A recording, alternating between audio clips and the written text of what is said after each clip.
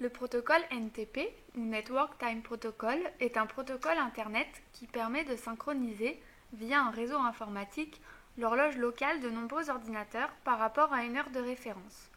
Ce protocole, largement déployé et utilisé au niveau mondial, reste par nature relativement ouvert. Aujourd'hui, il est d'ailleurs relativement simple de se constituer une liste de serveurs NTP publics. Cela en fait donc un protocole très intéressant pour des organisations cybercriminelles qui souhaiteraient en détourner l'usage à des fins malveillantes. De nombreux attaquants ont réalisé tout le potentiel de ce protocole, puisque le nombre d'attaques DDoS qu'ils exploitent ont fortement augmenté depuis quelques mois.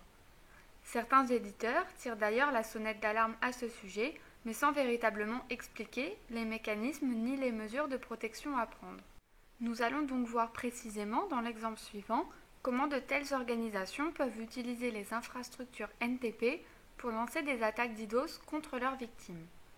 Décrivons tout d'abord le fonctionnement normal du protocole NTP. Ce protocole s'appuie sur une architecture arborescente basée sur des horloges réseau de haute précision connectées à des serveurs maîtres de diffusion de l'heure de référence, puis des serveurs secondaires des réseaux informatiques pour aller jusqu'au poste utilisateur. Cette structure arborescente est de profondeur variable et peut comporter plusieurs niveaux. La synchronisation se fait par la diffusion verticale de proche en proche de l'heure de référence à partir d'une ou de plusieurs machines racines, garantes d'une très grande précision. Dans cette arborescence, chaque nœud choisit parmi ses nœuds parents celui qui présente les meilleures garanties de qualité. Cette diffusion verticale peut être complétée par une diffusion horizontale à des machines paires d'une heure commune. Ceci améliore la résilience de cette architecture NTP dans le sens où elle permet de suppléer une déficience locale de connectivité vers les machines racines. Dans une telle arborescence, la mise à l'heure proprement dite d'une machine se fait en mode client-serveur, c'est-à-dire que la machine client adresse une demande de mise à l'heure à un serveur qui lui fournira en réponse la mise à jour horaire demandée. Chaque requête est propagée vers le haut jusqu'au serveur racine. La synchronisation fournie en retour suit le chemin inverse jusqu'au demandeur. Mais alors comment l'attaquant va-t-il pouvoir tirer parti du protocole NTP ? Il faut comprendre tout d'abord que l'attaquant ne va pas procéder de manière directe, mais de manière indirecte par rebond, en usurpant l'adresse IP de sa victime et en envoyant en son nom une requête impliquant une réponse à un serveur NTP. C'est ce dernier, en envoyant la réponse, qui réalise involontairement l'attaque en déni de service pour le compte de l'attaquant à l'encontre de sa victime.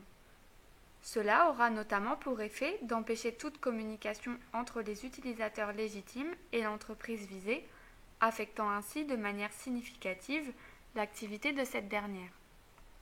Cette tactique consiste plus précisément à envoyer des requêtes d'administration vers un serveur NTP, demandant plusieurs fois la liste des dernières machines s'étant adressées à ce serveur. Le serveur NTP va émettre des réponses vers le demandeur, c'est-à-dire ici à la cible, dont l'adresse IP a été usurpée. Dans la mesure où une réponse inclut la liste des dernières machines ayant déjà adressé une requête au serveur de temps, elle est beaucoup plus volumineuse que la requête et fournit ainsi un effet de levier très intéressant à l'attaquant. Selon les cas, l'amplification espérée peut représenter un multiple de plusieurs centaines par rapport à la taille de la requête initiale. On remarque ici l'impact que peut avoir l'utilisation d'un seul rebond NTP. L'attaque sera donc d'autant plus importante qu'elle sera distribuée et que l'attaquant disposera au départ d'un ensemble de ressources d'attaque regroupées dans un botnet. Il va utiliser ces ressources pour adresser des requêtes à plusieurs serveurs NTP, impliquant une réponse amplifiée de chacun des serveurs et par conséquent un DDoS sur la victime. Si vous êtes la victime, il vous sera difficile de vous protéger, mais il existe tout de même des solutions pour prévenir ces attaques par amplification, dont certaines sont plus efficaces que d'autres.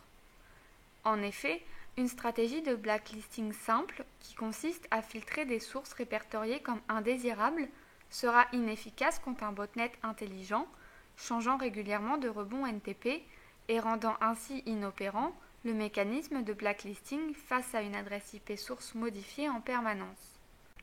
Ensuite, effectuer un blackhauling, c'est-à-dire soulager le réseau en dirigeant le trafic vers une destination fictive d'où il ne ressortira jamais, reviendrait à couper la destination et donc le service de toute connectivité, ce qui servirait alors les intérêts de l'attaquant. Fort heureusement, il existe des stratégies qui permettent de limiter l'impact de telles attaques. En mettant en place un mécanisme de blocage de requêtes redondantes, les requêtes similaires provenant d'une même source seront éliminées, ramenant la puissance d'attaque de chaque source à une petite quantité de trafic. Par le biais d'un mécanisme de blocage de contributeurs inhabituellement volumineux, le trafic pourra être élagué au-dessus d'un certain seuil, ce seuil représentant le trafic maximal pour une utilisation classique du service. Une fois de plus, si l'on met en place les mesures adaptées, il est tout à fait possible de préserver les requêtes légitimes et d'assurer la continuité de service. Tout ceci n'aura évidemment de sens que si le lien vous connectant à Internet n'a pas été saturé en amont des dispositifs mettant en œuvre de telles solutions. Ceci implique donc que des solutions de protection ont été déployées de manière complémentaire à vos propres défenses par votre fournisseur d'accès. Les chiffres montrent aujourd'hui une forte diminution du nombre des attaques NTP du fait de la médiatisation de la faille qu'elles exploitent et de la réaction rapide des organisations sensibilisées.